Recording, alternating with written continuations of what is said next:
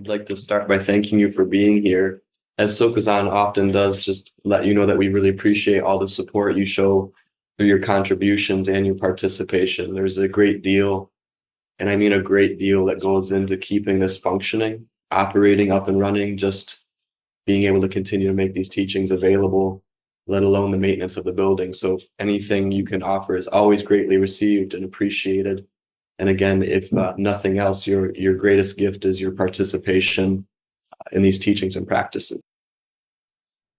Last week, I spent some time talking about the life of the Buddha, and in a sense, the example it sets for the path for the rest of us, not just as pseudo-historical, or perhaps fully mythological story, we don't really know, but the model it sets for our transition or incorporation into the spiritual path, from a path of trying to modify senses, acquire particular sensations, and navigate our life basically by trying to create relative comfort, and how through our dissatisfaction, or to some extent recognition, that no matter how fine our experience is, it can't be maintained, we feel inspired to begin approaching the spiritual path. And the last thing we talked about was the final gesture the Buddha made under the Bodhi tree, where he reached down and placed his hand on the earth, or in the earth, using that as the gesture of his realization.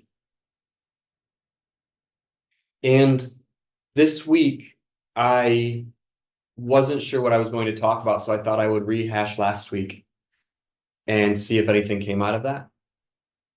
And Sokuzan and I had talked briefly before coming in, and sometimes he has a very crisp topic. He says, I'd like you to talk about this. And this week, our crispness was in the ambiguity. There wasn't anything showing up strongly. So I thought I would talk a little bit about meditation practice and this idea of setting up standards. That this idea of no standard or no reference point is a foundational aspect of Buddhism. That the Buddha's story, if we come back to that life story, was a story of not setting up standards. That doesn't mean he didn't explore the standard thoroughly. So the first standard he explored was sensory pleasure in the palace. And the next standard he explored was traditional spiritual meditative practices. And then finally, he explored the standard of strict asceticism, or self-deprecation, or self-mortification. And it was this middle way he discovered, sitting down, taking the food he needed, having somewhat of a comfortable seat, and just an insistence to see the truth. And this teaching shows up throughout all of Buddhism, as far as I can tell. Some of the ways we're familiar hearing this would be the most explicit: don't set up standards of your own. The walls of the mind that are talked about in the Heart Sutra. The Sin Sin Ming says picking and choosing is the disease of the mind. Another one would be, if you wish to know the way, don't seek the truth. Only cease to cherish opinions. So all of these are pointing at some form of standard that we set up that, in a sense, obscures or limits our relationship to the world. It's very tempting to go into the way in which the rest of the world is exhibiting these reference points or these standards. And sometimes it's a little disappointing, although maybe it's helpful, that we love to talk about world politics. We love to talk about family politics. We love to talk about relational politics. Sokuzan's talked about the politics of experience. So it's so easy what everyone else is doing. How can we do it if they're doing this? This insanity, this insanity, this insanity. But just in entering this room, we ourselves may not be aware of the standards we are stepping into. Joining Zoom, the standard we come to this practice with. And to be clear, the standard is not a problem. The standard is very natural. The standard is part of dependent origination. It's part of the inertia of being a human being. But it's when our world fails to meet our expectations, and in the midst of that conflict, that suffering gets really intense because we start to make demands. And I think the Dharma is our opportunity to practice very, very strong standards without grasping at standards. So let's talk about meditation practice and the way in which we hold on to standards. As I understand the practice of Zazen, Shikantaza, Sokuzan has taught it, as our lineage has taught it in both the Kagyu tradition, through Mahamudra, as well as through the Zen lineage of formless meditation. It is such a simple practice because of its lack of standards, because of its lack of reference points. But through the conditioning of careers and family and lifetimes, we almost require a standard to reassure ourselves. So meditation practice, it's part of when you sit down to meditate, and all of our questions seem to come up about navigating the phenomena, that we still get caught up on the content of our mind and the content of our experience. And we forget that very key instruction. It's always about awareness. It's always about awareness. I think somebody during As It Is asked about, I think it was Robin, asked about unexamined negativity. And the way that shows up to me is that you could examine unexamined negativity without the negativity ever arising. If it requires the negativity to arise, there's still some sense that there's a conclusion that can be made. There's some way of parsing out the negativity so it's so clear that we have gone beyond it. But the way in which we examine our negativity every day, regardless of what emotions arise, is just the prioritization of the awareness itself. Just the intention to receive, the intention to observe, so that that crispness doesn't need a particular form of content to arise. It just shines a light on whatever shows up, whatever arises.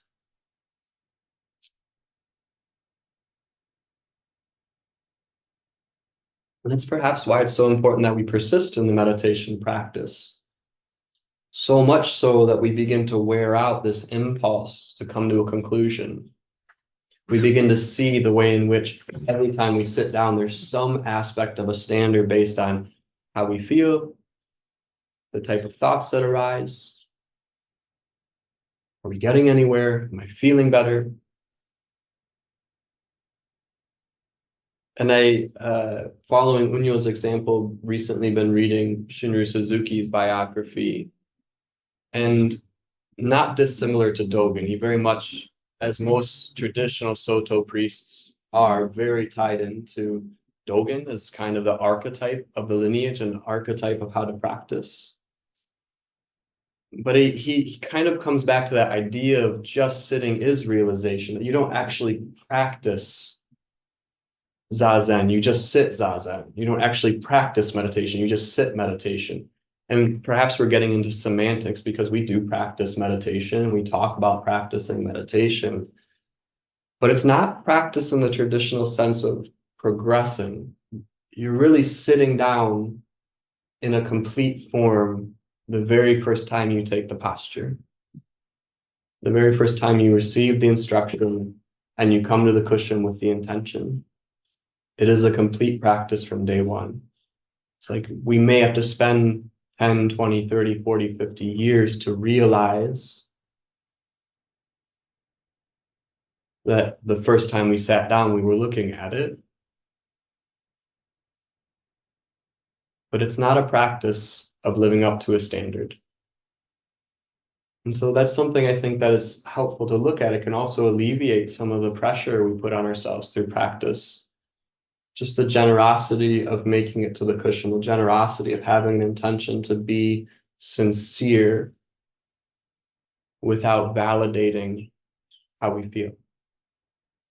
the sincerity of the openness, the sincerity of the vulnerability to be in the midst of however the mind and the senses are arising.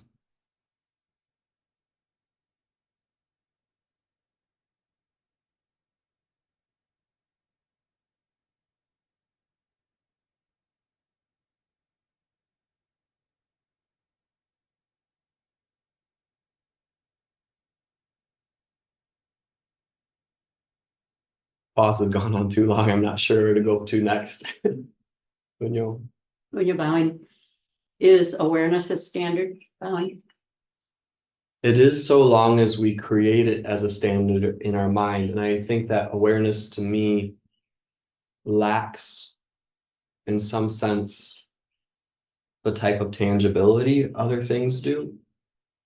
But if we think awareness is conceptual registering, like that if we're very, very aware conceptually, we will be registering all 6 sense fields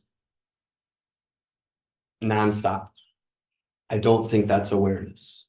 I think that's thinking process. I think that's the 6th consciousness.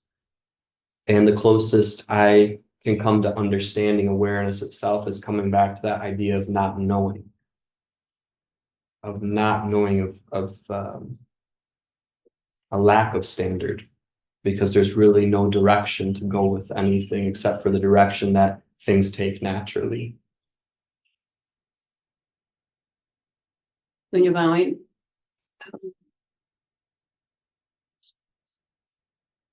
I think you said that we don't have anything to live up to as in Chikantaza as a standard. So how is a standard different from a form bowing? I think that in a sense it has to do with the relationship, because they could be the same thing.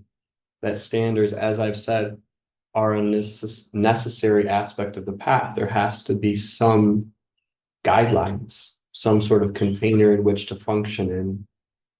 It's just when those guidelines become defenses and barriers and walls of the mind, meaning that we feel that they are in and of itself the truth, that if we can just maintain these standards, then we have a strong structure for practice. Forms have the same potential, that the forms, and again, to define that, meaning for me, the containers we use for practice, the form of bowing, the form of meditating, the form of Dharma talks, the form of book study, that those similarly can have complete permeability, or they can turn into sectarianism, or they can become dogmatism, they become solidified because of our fear. We need some sort of reference point, so we use the practice forms as ways of promoting and defending.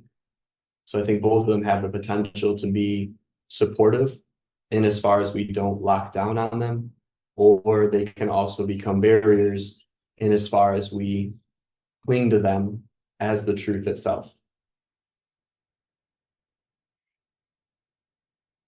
When you're bowing, I want to bring up an example that happened several months ago when you were giving a talk on kindness, I believe. Yes. And we had 2 visitors that day, sitting right here in the front row, a woman and her young son, maybe Yes. a 10-year-old.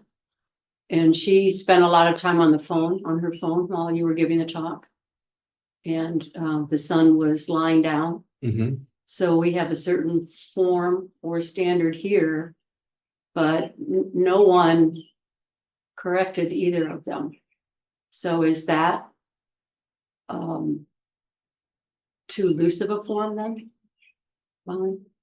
No, and I don't say this to excuse anything, but you can't argue with the completely appropriate expression that occurred. It's not to say that we don't come back and talk about how, if that happens again, let's say something, but to go to war, to go back into that and try to modify it to create a better result or a better outcome, or to critique or criticize it has a type of disrespect for the natural causes and conditions that came together. And we did talk about it, and we did say, like, let's, if that happens again, I have a responsibility sitting up here to say something. Or any one of the monks could have said something. But to go at it with kind of like that punitive mindset, it doesn't work, because if it should have happened differently, it would have. And that again has nothing to do with the relativity or the functionality, that had somebody done something, things would have functioned in a more smooth way.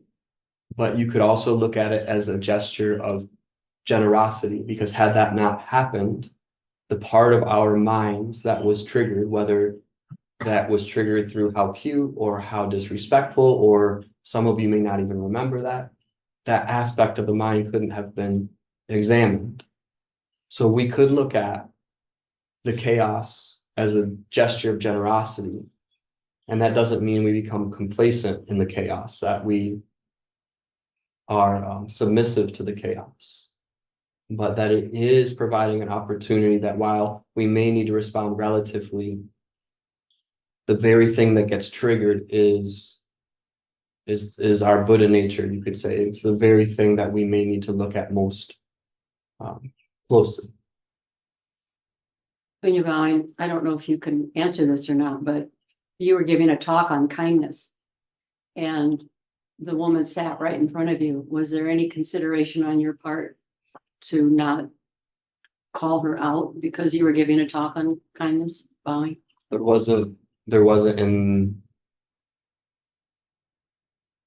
if there was, it would have been a misunderstanding of what kindness is. Again, kindness is not necessarily indulging whatever shows up in front of you. So there was not any thought of like, oh, I'm talking about kindness and it would be unkind for me to say something. It really was, it might have been the first Wednesday talk SokukoJi had me give. And so while I'd given some of those before, it was a bit new. And really, I think it's just somewhat of learning how to relate to that. So it was not meditated or strategized, other than I, looking back, probably just didn't know what to do. And so I just kept going. And it was apparent how much that was interplaying with me, my communication.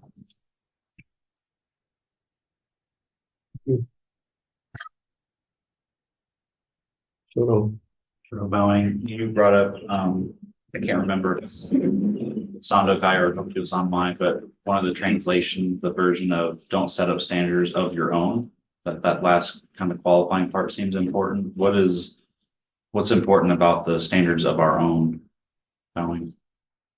just that they tend to indulge existing thought patterns. And I've talked about this before, at least my experience before having a teacher was very much about accumulating spirituality in as far as it fit within my existing ideas and beliefs. So very much attached to the very idealistic aspects of each religion, and the different quotes and the different speakers that said things that I thought were very altruistic, but I never was willing to go into or receive the parts that would challenge me. So when we set up standards of our own, the tendency is to do so in such a way that it protects the identity, as opposed to taking us deeper into what that is. With that idea of going deeper into what this is there some need to feel crappy or to go into stuff that doesn't feel good? Not necessarily. Again, without setting up standards, it's probably unlikely that you can get into a practice like meditation and not have aspects of negativity arising. But there's just no way to set that up and say, yes, everyone has to do this. But probably unlikely that you're going to get out of this unscathed.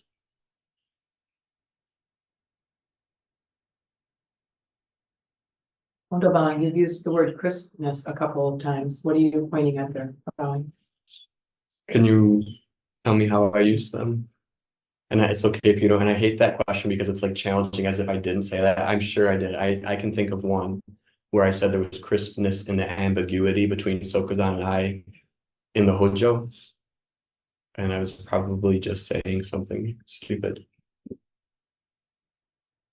There was no need to resolve not knowing what to talk about. That's what I noticed. He was not coming with any sort of energy like, yes, we need to find something out and you need to talk about this topic. And I also didn't feel any particular aggression towards like I need to have something to talk about. So there was just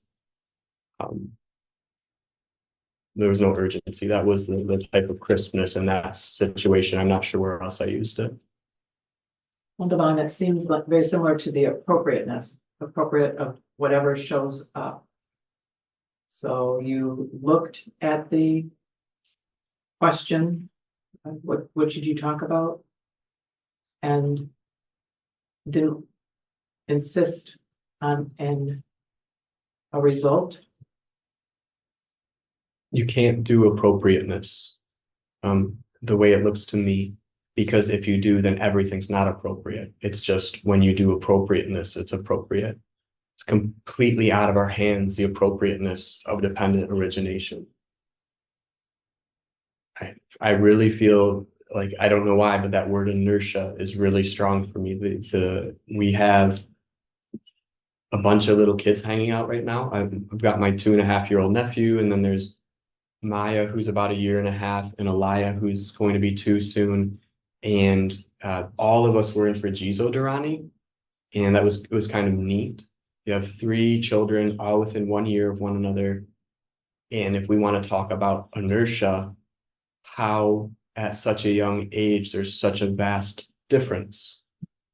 So the appropriateness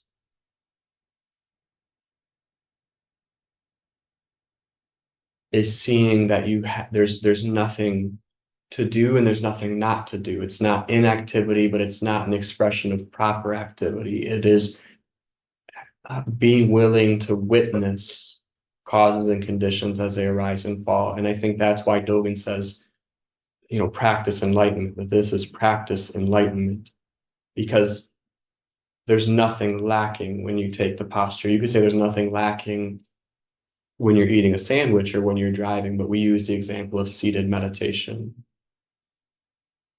I don't know if I've gone off of what you were asking about. Well, Devon, I think I've gone off on what I was asking about as well. And when you use that word inertia, that made me think of what is happening when we're daily interacting with our teacher. Is there some benefit to that? Is there inertia building because of that daily interaction, the daily teaching, that daily presence? I don't know that I know how to respond to that. And I think the reason being is that there's no way for me to talk about that in a way that would blanket all the students of Sokuzans. And there would be no way for me to really parse out how those causes and conditions come together. To some extent, that's a relief on the path, because we're not asked to crisply see every cause and condition and understand it so that we can see how the path is unfolding and will come to fruition. I think Trungpa Rinpoche talked a lot about orderly chaos. And to me, that phrase orderly chaos applies in this situation that you're bringing up. The orderly part of it, Trungpa Rinpoche talks about the orderly part being the discipline. The orderly part is the returning. The orderly part is meditating. The orderly part is having forms. But the chaos is all of the movement and all of the sense fields, which you really can't see a source or direction for. You may see a momentary direction. You see a momentary direction of like somebody knocking a cup off of a table, but it makes it appear linear, when those causes and conditions are coming from all directions and going in all directions. So I think that's just a simple or a complicated way of saying I don't know. I think if I were to say anything, and Sokuzan asked me over my time studying with him, what's been the most important, and I can say without hesitation, it's meditating. It provides a non-conceptual framework in which to be with what arises. And it seems without that practice of formlessness, the first relative form of formlessness, meditation, we would take everything that's happening here and try to piece it together like a puzzle, but meditation keeps taking us back to square one.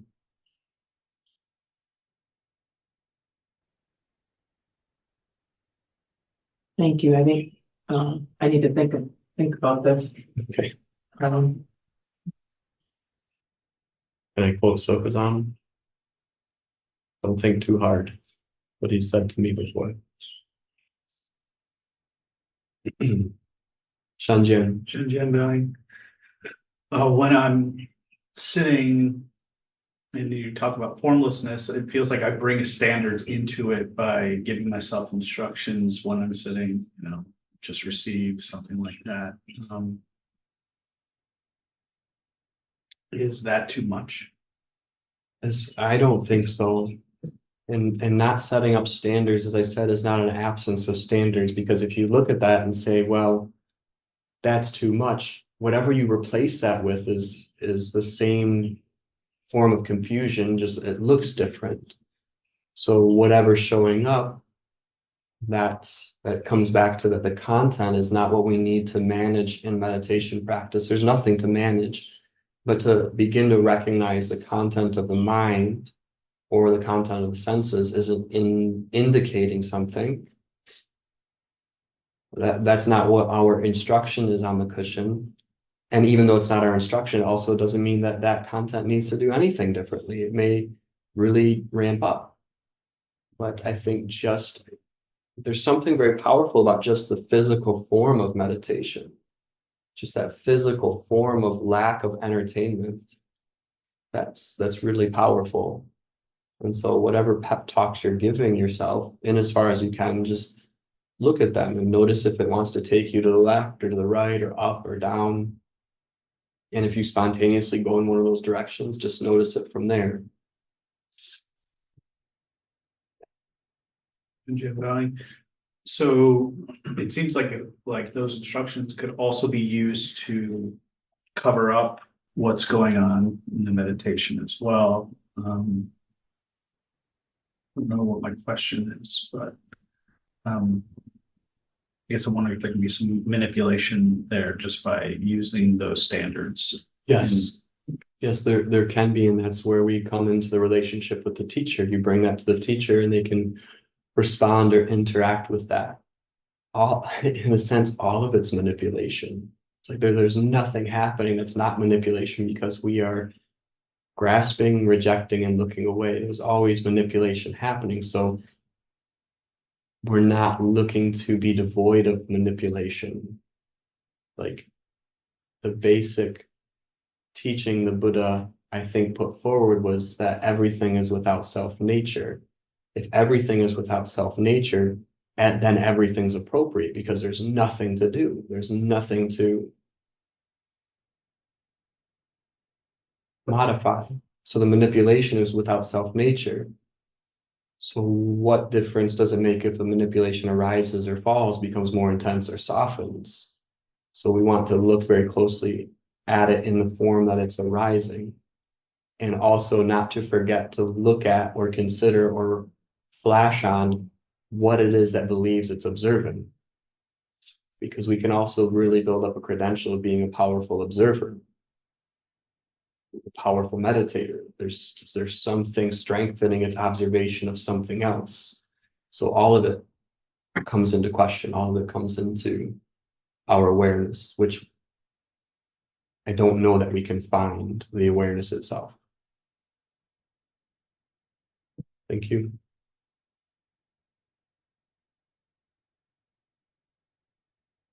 Any other questions this evening? Wonder bowing. How does the teacher show us our minds? In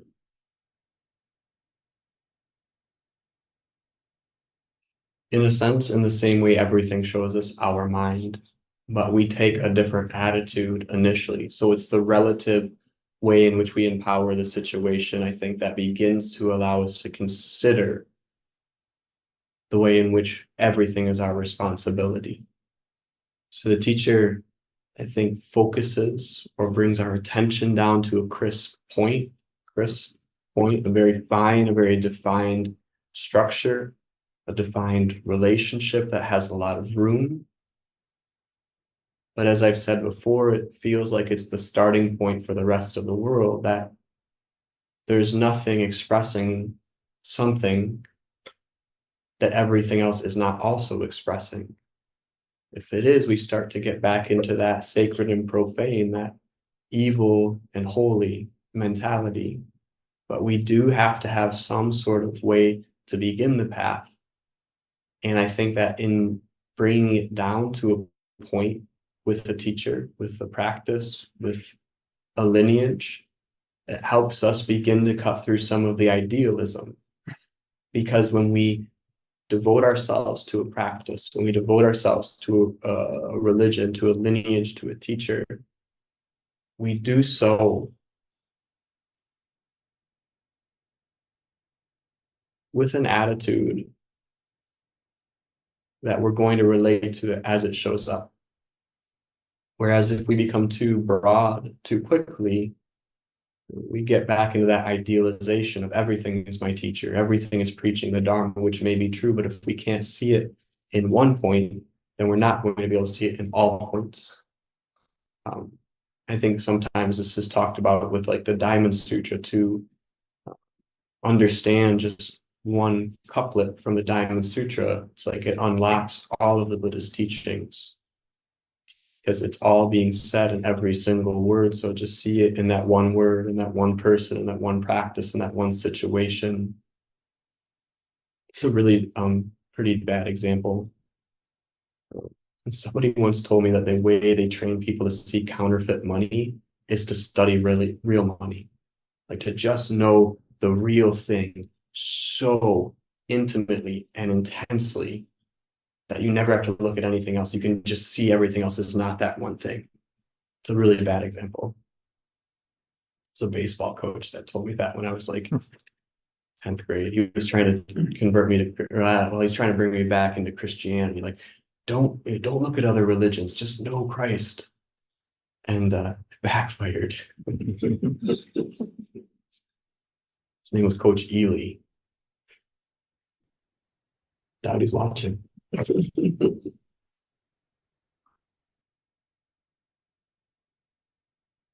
Okay. Milk bowing. We were talking about the starting point, and I was wondering what is the starting point of that the Buddha taught? I think the most traditional one we know about it would be, is it Vulture Peak that he gave a sermon about the Four Noble Truths? You know, Vulture Peak, or Sarnath. Yeah. Anyway, that to me, that was the starting point to basically describe the human condition that the path was going to address. So the first noble truth describes the human condition, suffering. The second noble truth describes how we get to that situation. The third noble truth gives us a little inspiration of that could come to an end. And the fourth noble truth says, here's the path to do it. So I would say the starting point, and as far as we know, and I would say beyond that, maybe each one of us could reflect on our own starting point, probably had some connection to suffering itself, the dissatisfaction of the phenomenal world. Milk bowing. What is it about the dissatisfaction that helps us look at the truth?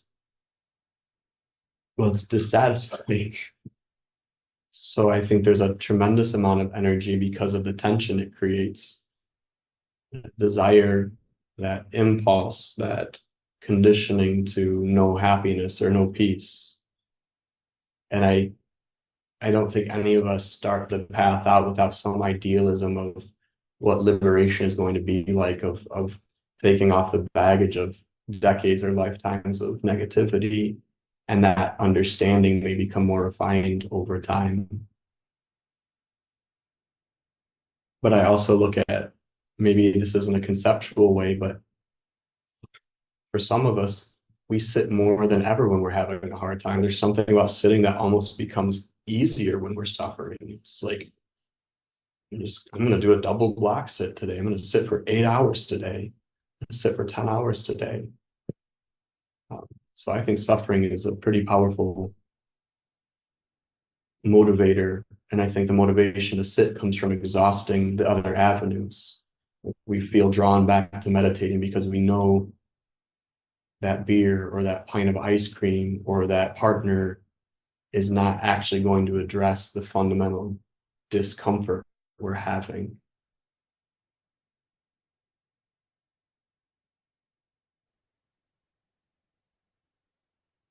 Michelle? Michelle,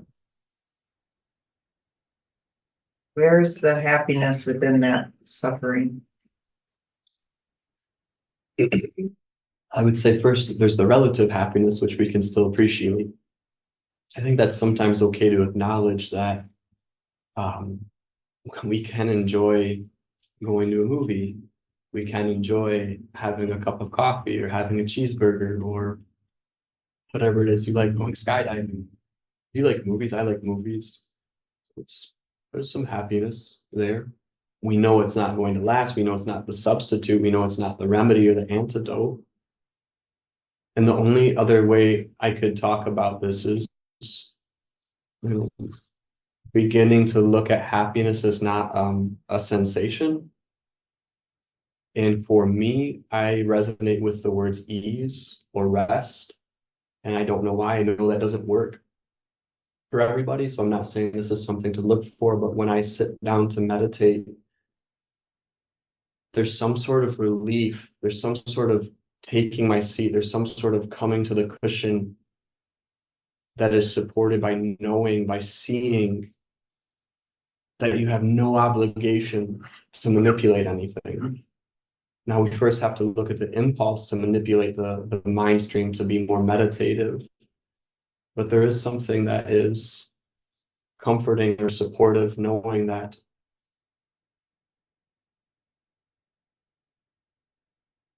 as I think Sokuzan said, everything that arises has a right to be there. Just that intimate sovereignty of everything that's showing up moment by moment.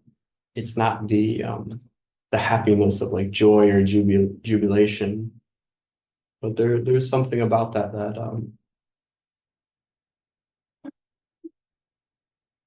feels supportive. Thank you. Is there a final question this evening? Shoto. Shoto bowing, does that rest or ease show up outside of the forms? Bowing?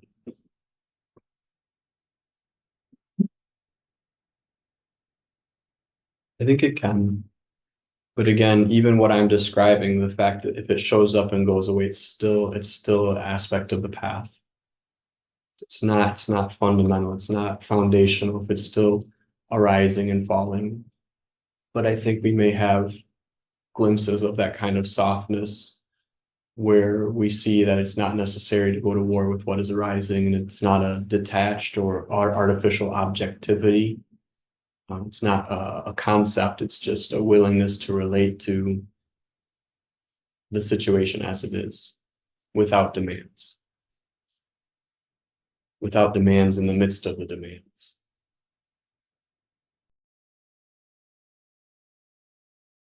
Hi, this is Chiezan, the prior at SokukoJi Buddhist Monastery. Sokuzan offers these talks without expecting anything in return. If you value these talks and would like them to continue, please visit our donate page at www.sokukoji.org. Thank you.